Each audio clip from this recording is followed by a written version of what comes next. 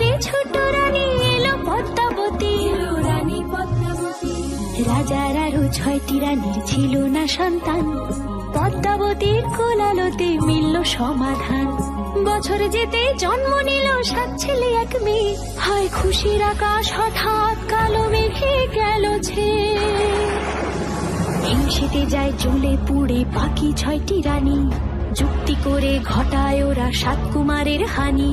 সুযোগ মতো 7 ছেলেকে মাটিতে দেয় পুঁতে, বাঁচে একা পারুল ওরা পায় না তাকে ছুতে।